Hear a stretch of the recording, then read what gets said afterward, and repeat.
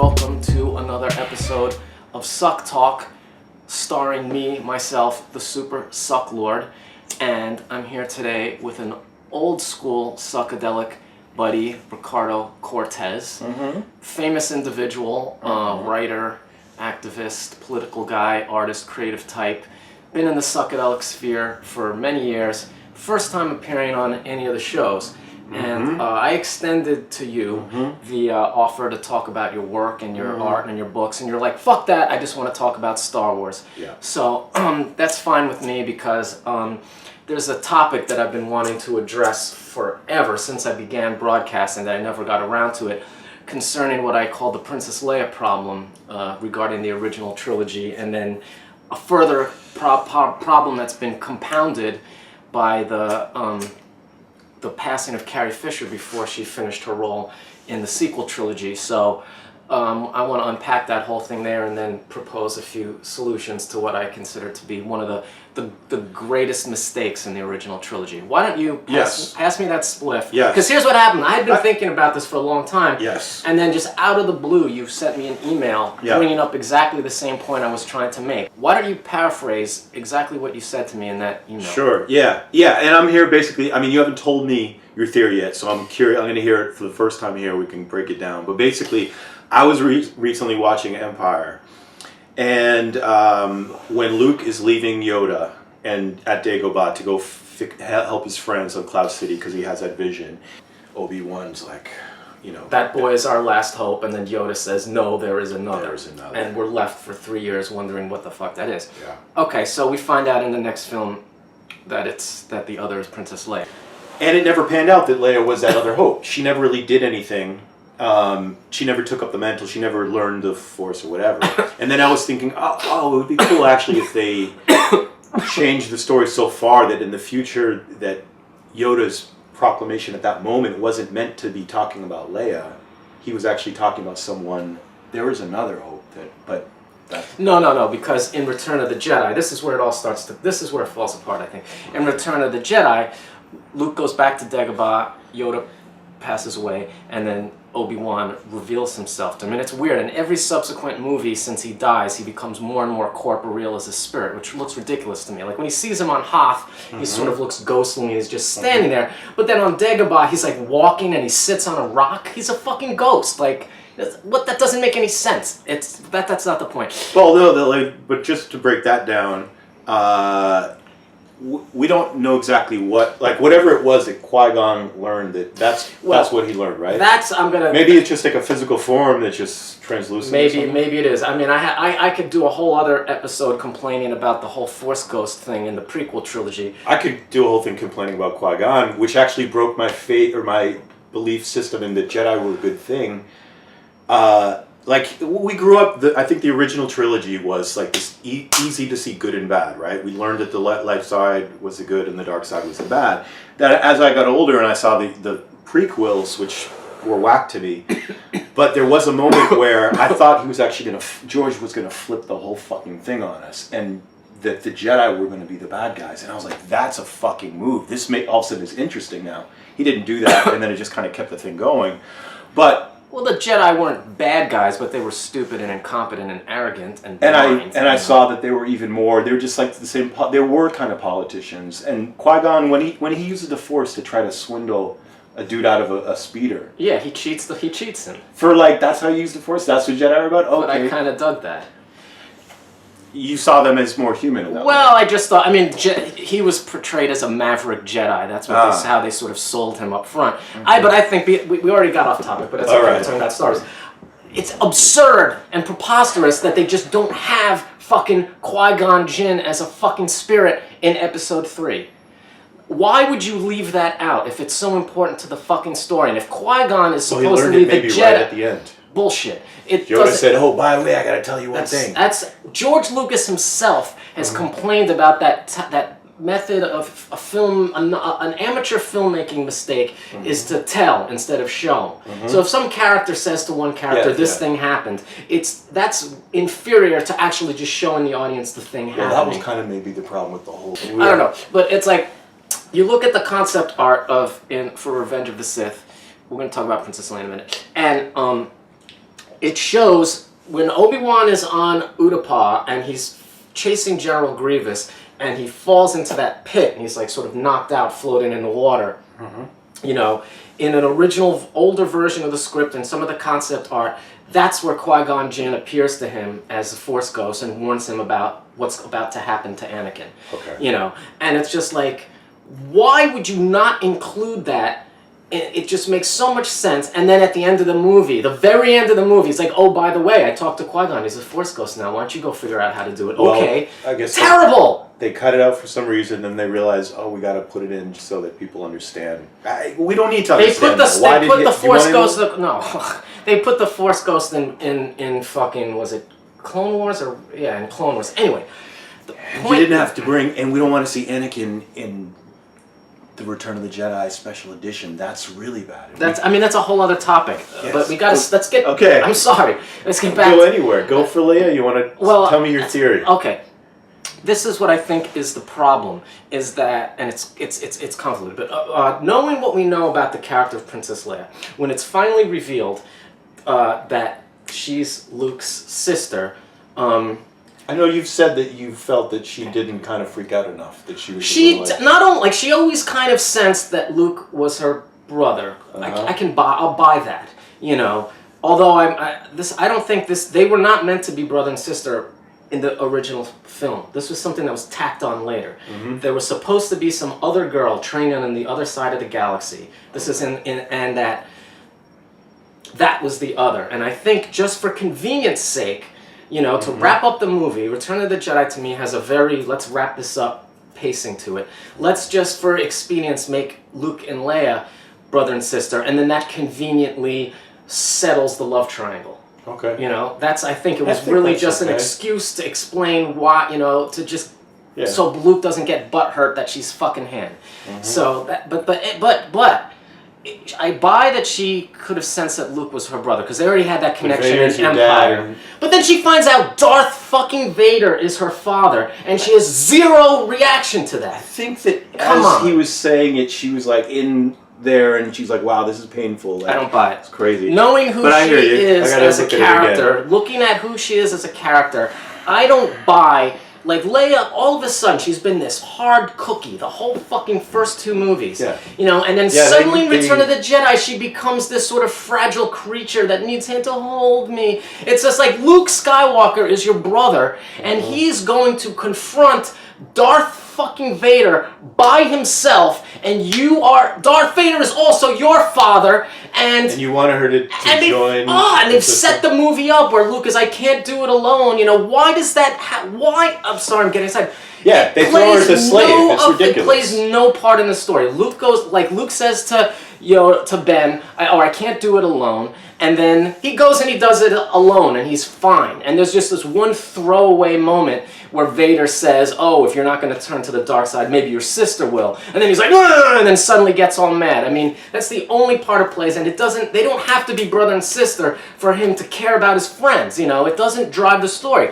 I think what would have been much more believable is that if Leia chose to go with him and confront him together as his children. That would have been great. You know, I mean, she doesn't have to fight him with the lightsaber, but just her presence there, the extra, push that makes it matter to the story should have been there. And instead she stays on the fucking planet and does the Care Bear adventure with Han Solo, who is also cheated by this movie because he becomes just a softy, wovey-dovey too. Now, Han Solo would have had a much more interesting story arc if Leia had just gone with Luke. They just left, didn't tell anybody, and just bounced and went and confronted Vader. And then Han Solo is on Endor by himself, and he has to fight this war, and Leia's not here, and what the fuck? It's like I've running from this my whole life, you know, and now I'm ready for it, and it's gone, you know, and that would have just given Han much more to chew on. All right, now we could sucks. Write a million stories. Like, it's like telling Spike Lee.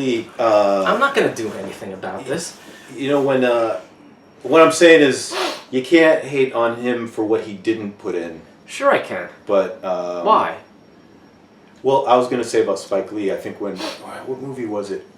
If Spike Lee does a movie that there aren't drugs, right? Like people say, why don't you have drugs in this It's about the black community. It's like, why can't I tell other stories? That's not the same thing at all.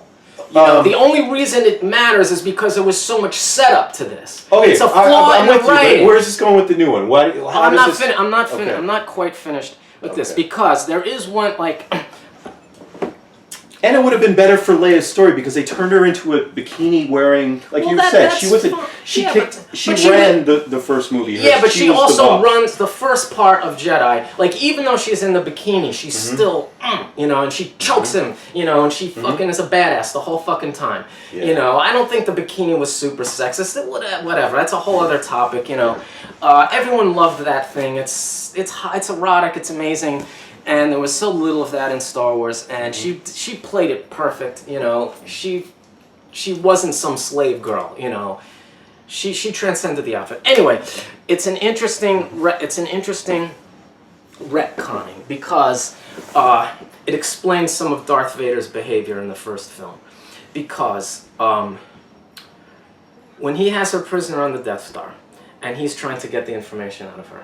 And he's got her in the cell, and he goes in there, the big bad Dark Lord, with a fucking torture droid, and gives her truth serum, and fucking uses all the powers of the dark side of the Force to get the information out of her, and he can't.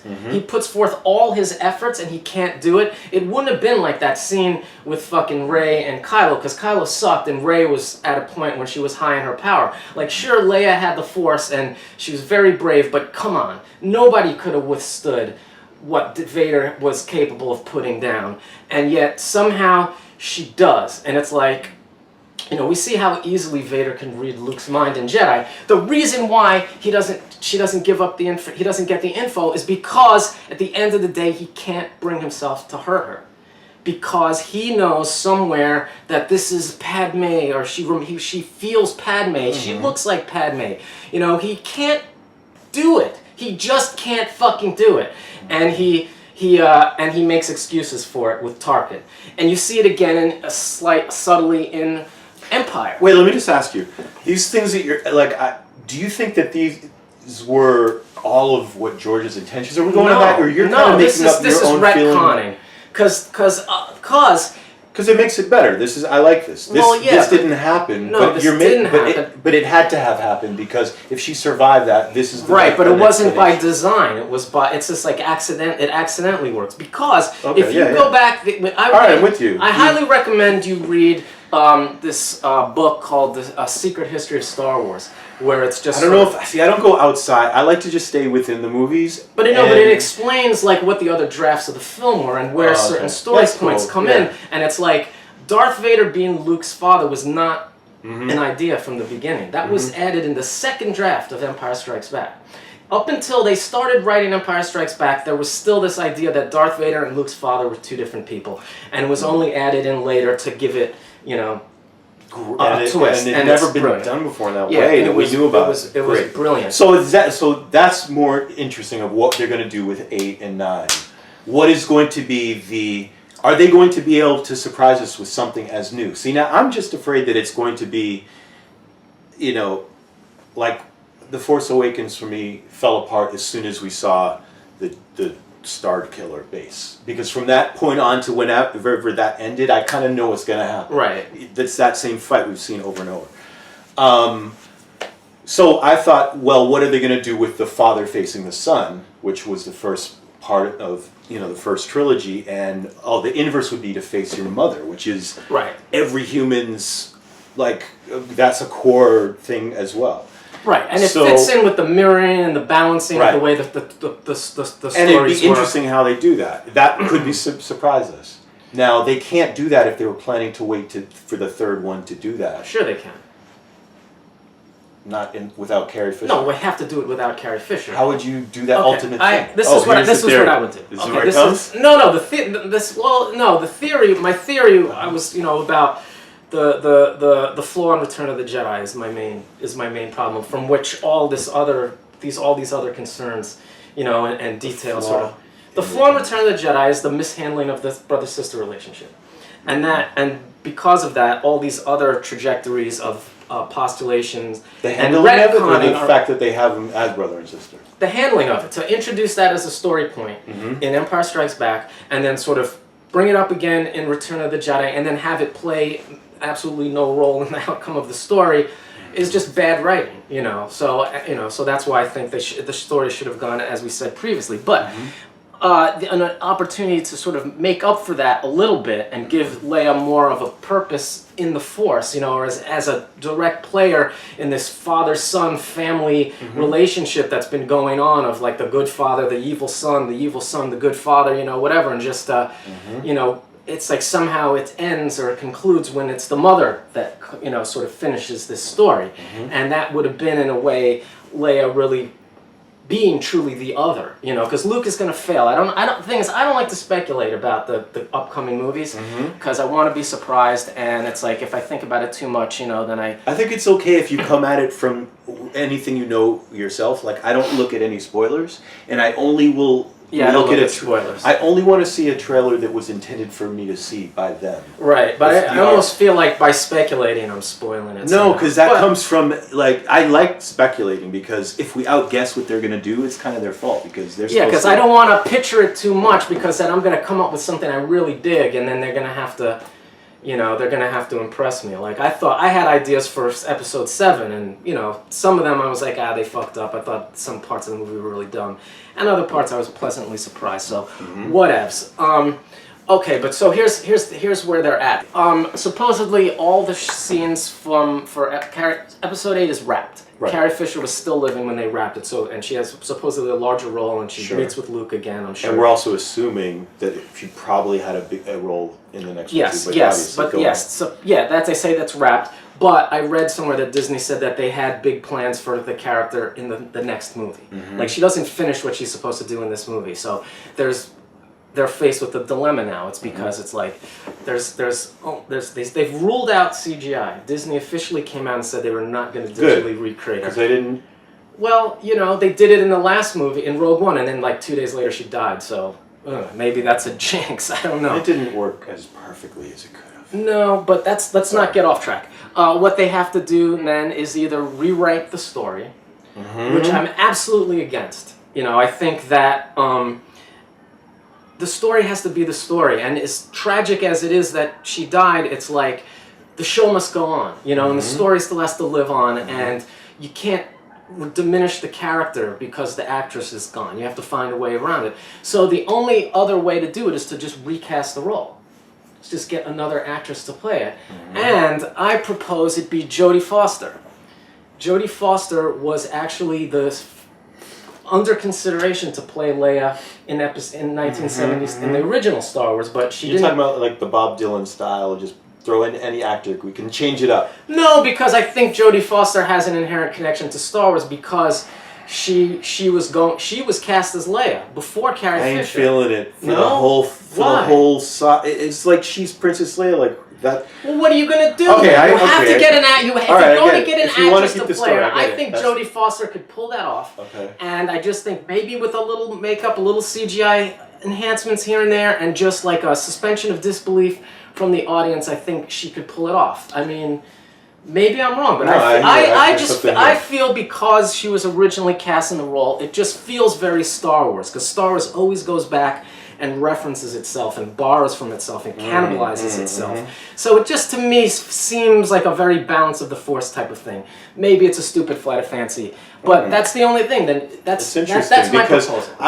I've just been thinking about how interesting it is in the storytelling of something of this like importance for so many people, or even just any work of art, that how your art is limited by your technological means, your tools. If you are I work in color pencil, and Prismacolor changed 10% French gray to a different hue that fucked my game up for a while. And we're so limited by our tools, whether you're on a Wacom or a Photoshop. And actors in films like are tethered by secular, like, worldly things, and it's so weird. You think it's like your imagination can go anywhere, but they just gotta. I mean, I think that was George Lucas's original impetus for wanting to recreate digital actors. Like, they succeeded with the Grand Moff Tarkin. Yeah, no, that was after cool. Lucas was out of the company, but that had been a fantasy of his forever. Sure, yeah. You know, and I think in his mind he would have preferred to just make a movie without actors. You know, where he could just think it and just do it on a fucking machine and not have to deal with the people, you know. But we do live in the real world, and if they're gonna finish Star Wars and See, that theory makes no characters- sense because you have to. People make those CGI characters. George would have to be in the room with them, and be like, "No, make them do look more like this." Or it's the same thing. I'm saying. Yeah, but the thing is, if you can just completely artificially create a person, you know. Oh, algorithmically with emotions. Well, Yeah, I mean, okay. yeah, it doesn't work. But I mean, And then we're just programming. so then what would you do if you don't want? So how would you solve the problem of Episode 9 then? If you don't like my idea? Well, no, I think that's a really interesting idea. I hadn't even considered that. But you're because- against Jodie Foster per se. Well, I wasn't originally, but with the throwback thing, I can dig that. Whatever. She's the right age. I mean, she doesn't have the same vibe of what I don't know. But I think she could. Well, I mean, I would, but then there has to be another actress has to play. Yeah, I haven't even begun to think. I mean, that. maybe let's suggest that as if I'd like to Yeah. hear some feedback on this. That's just my That's fucking agree. half-baked thought. But if anybody, All I I'd love have- to hear what people have to say about this. Yeah. All I have is that I was thinking it more of a problem of like I didn't think outside the box that well we could go on with the story we had. I was like we can't do that. So now writers in the room are going to come up with something as interesting, and it might be an opportunity, the golden opportunity. Okay, you know, as an exercise, I would, of course, do that. You have to explore every option, and like rewriting the story to take her out at the beginning of Episode 9, I guess is something you should consider. But It would kind of suck because you know it's being done. It's so yeah, you know much why it of happens. part of No, they have to make it work with whatever tools they have available to them. I don't know why they wouldn't want to. I don't think they should do a CGI. I think they should get another actress. I don't think they should do a CGI. But I think they I don't think it's good enough yet to have as nuanced and then that's things also, unless you're with robots. I'm happy to have another actress play the part and just do the story, do the best story that they can come up with, and that's all there is to it. And maybe I mean the thing is none of this is really going to solve the flaw in Return of the Jedi. I mean I can't watch the movie for that. It just frustrates me too much. You know, it's otherwise. I think there's a lot of things about Return of the Jedi that are great. The conflict between Vader and Luke and the Emperor is great. It works fine. But actually, the only moment where it actually does have emotional, real resonance is when he does talk about his sister. That's when he does all of a sudden, and even as a viewer, I was like, oh yeah, that's when you get angry because. I mean, it would have been so much more. Here's just, what they should have done. Leia should have been there. Brother and sister. What? Your beef is that they're just brother and sister, Well, or was my beef is that it doesn't serve the story in any way. It doesn't have any role in the story, and that's why there's an opportunity in the sequel trilogy to square that off. Think about this. There's also that scene to reinforce the point from earlier. That scene when in Empire when Vader catches them at Cloud City and he puts hand on the fucking electric rack and starts fucking him over. Yeah, that was brutal. That was really pretty. That scene always scared me when I was a kid. And I love looking at it now and just how they built those things. It's like with little tubes little transistor tubes. So I loved all that shit. But then they throw him in the cell and he's all fucked up and he can't even stand. And then they bring Leia in and she's fine. You know, like they didn't show what he did to her, and she's like, "Why are they doing this?" And it was like, "Doing what? What did he do to you? It doesn't look like much because you're fine. You're fucking still walking." Well, she's empathizing with him. Why are they doing this? No, but I mean, think about off camera. You think What like they did to Vader, Leia? Just seems like a weird thing. It's like there's Vader and Leia again, and they're never alone at any point when they're in captivity. When he separates them in the torture I would have chamber. imagined he would just kind of be like, "I ain't interested in you. I'm interested in this Luke. I'm interested in Luke." Like, yeah, later for you, you're not of interest. Which I mean, obviously, then it's like, well, shouldn't you have been able to sense? But I don't get into that. I mean, maybe he kept his distance from her because he didn't want to go there. You know, because she provoked those weird feelings in him. But then he would have known. He would have known. He's the smartest Jedi in the world, or whatever, and he would have known. But I don't even get into that. But that's a locked door in his mind. You know, it's like that's why if she had been there, it would have built on what had already happened, or is implied that that Leia is sort of the key to Vader's goodness. Because now that we know I think it about almost would have Padme, and it's just like how that's like the tragedy of his life and how he carries that with him through his whole Vaderdom, and he's fairly convinced of his Vaderness, If you read the sort of the expanded universe stuff when he first becomes Darth Vader, it's a real struggle to fucking deal with it. But by the time we get to A New Hope, he's fucking in it. But I don't believe anything that he went through in the prequels. That's another You don't story. believe in any of the prequels at all? I don't. I use them as a like. I can't wait till they're redone. Yeah. I can't wait. Don't touch 4, 5, and 6 ever. I don't think ever touch. In fact, go back to the way they were. And yes. Go pre-special edition. Yes. All right. I'll do 3 minutes on why fuck the special edition. Okay. All right. Yeah. It's like I can't even watch the special edition. Which one? All of them? All of them. I think Empire. All right. One scene in each one. Empire's the one that worst. works. And what's your worst? My worst special Switch. edition? Yeah. A New Hope. No, in Empire. I mean. Oh, the worst Switch in Empire?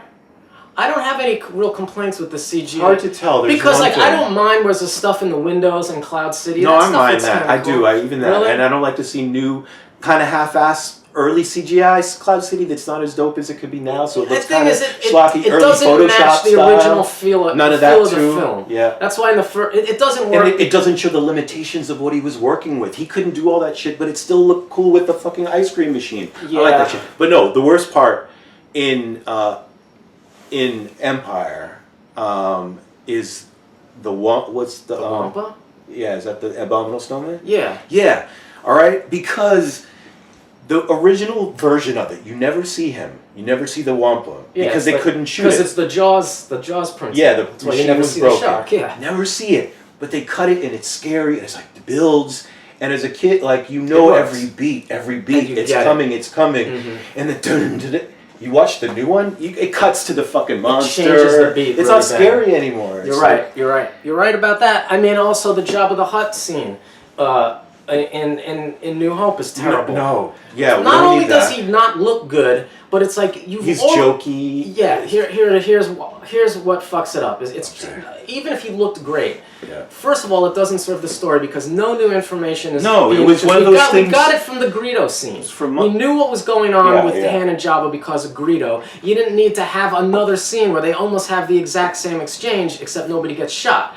And it's like, not only is that only made to redundant, make us go to the theater and see it. It's not only redundant, it ruins the reveal in Jedi. Totally. Like for the first two movies, Jabba the Hutt, you keep hearing about this guy that Han Solo is scared of. This guy must really be something else. But you have no idea who he is. And then when you get to Tatooine in Episode 6, and he first goes in, and that first shot, and he's it ruins Boba Fett's intro too, because it looks lame in that scene too. There's no reason to put Boba Fett in Episode 4. Yeah.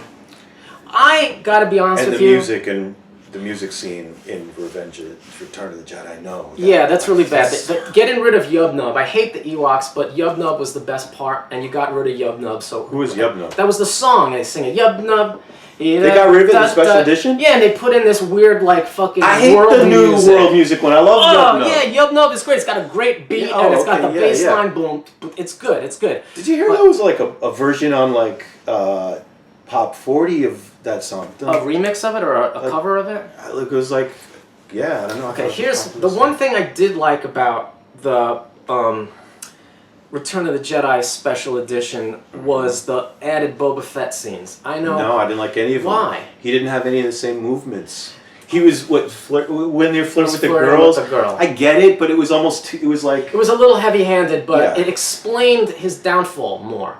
It's like, because you see, like, everything we've known about Boba Fett and seen is this fucking on-point guy. He's just badass. Hardly He's ready says to go. a thing. Hardly says a thing, gets a job done in as few shots as possible, handles it. And then yet, when push comes to shove and he gets in a situation where he has to fight, it's like this, he dies in this pathetic bit of slapstick comedy. And it just doesn't make any fucking sense. Like I believed it because No, everyone can go at any time. He can't control his own fucking backpack. I'm not saying he shouldn't have died. He should have died, but it should have been a more plausible death. It's like, what? He turns his back on Han Solo and Chewbacca. He's trying to hit Luke. He keeps missing, and then he accidentally hits him, and then okay, so the backpack goes off. He doesn't know how to control his backpack or take. But I also like George's original reason. Stupid. Because he was like, I didn't think he was an important character. You kind of knew he was an important character. Yeah, but fuck you. That's a fuck you. That's a fuck you. And they didn't have to change that. Is that the Sarlacc that comes out of? Yeah, but they didn't have to change that. That looks horrible. All the CGI looks horrible. You like that? This cartoon. It's okay. I just think showing Boba Fett getting sloppy kind of made it more plausible. Like, okay, he did the big job. Like, catching Han Solo was the biggest bounty in the whole galaxy. That's the ultimate prize for the number one.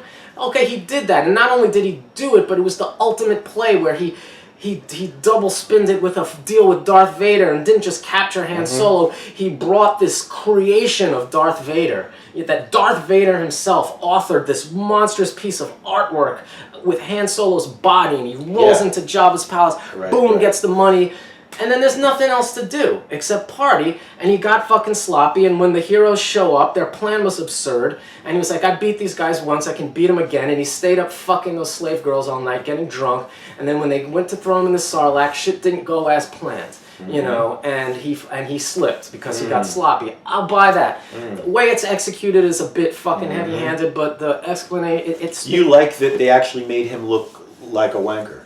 Well, no, because I can... Sorry, dude. I can buy that, you know, I can buy that. Well, Boba Fett was kind of a douchebag. I thought he was supposed to be like Ultimate Samurai. He's a dick. He turns. I think Boba Fett is ultimately a dick. You know why? Because you're gonna stand there and just profit off someone being tortured. IG-88. When's that movie coming out? That's what they need. I'm sure at some point they're gonna do movies about the bounty hunters. Of course. Gosh. The Han Solo movie. What are they gonna shoot? They're gonna shoehorn everything in there. They're gonna force Boba Fett in there. Dengar is gonna be in there. Are they gonna do that? Are they gonna fucking put all that shit in there? Are they gonna have Chewbacca fighting young Bosk? Which makes sense because the Wookiees and the Trandoshans are... I hope that it's all about if they can keep writing and surprising us. That would be amazing. If you just keep making money... Anyway, Well, I was pleasantly surprised by Rogue One, but you can watch my whole fucking Rogue One breakdown with Bill McMullen another day. I would love to make a Star Wars movie. If I could pick, I would pick a Darth Maul. I would like to do the Darth Maul movie. I have a good idea for a Darth Maul story, but I'm not going to just give it away because if you want to know what my Darth Maul story is, I'm going to quote my man Chirrut Imwe before we take it out. It's like, if you want any more of this, well then, for the answer you must pay. You know, that's my ultimate meme now. For the answer you must pay. That's all there is to it. So, alcohol and peace. Yes. Okay. Thanks for watching Suck Talk, everybody. Give me some feedback in the comments, and then we'll riff on those because this is an ongoing conversation. All right. Peace. Thanks, buddy. Peace. Assalamu alaikum. Alaikum assalam. For more exclusive content, support us on Patreon. Patreon.com/The Sucklord. Shop online at suckadelic.com. Join the newsletter for updates and promotions. The Sucklord on Instagram and Twitter @Sucklord. On Facebook, The Sucklord. Music by the Crystal Pharaoh. This has been a Suckadelic Entertainment Enterprise production.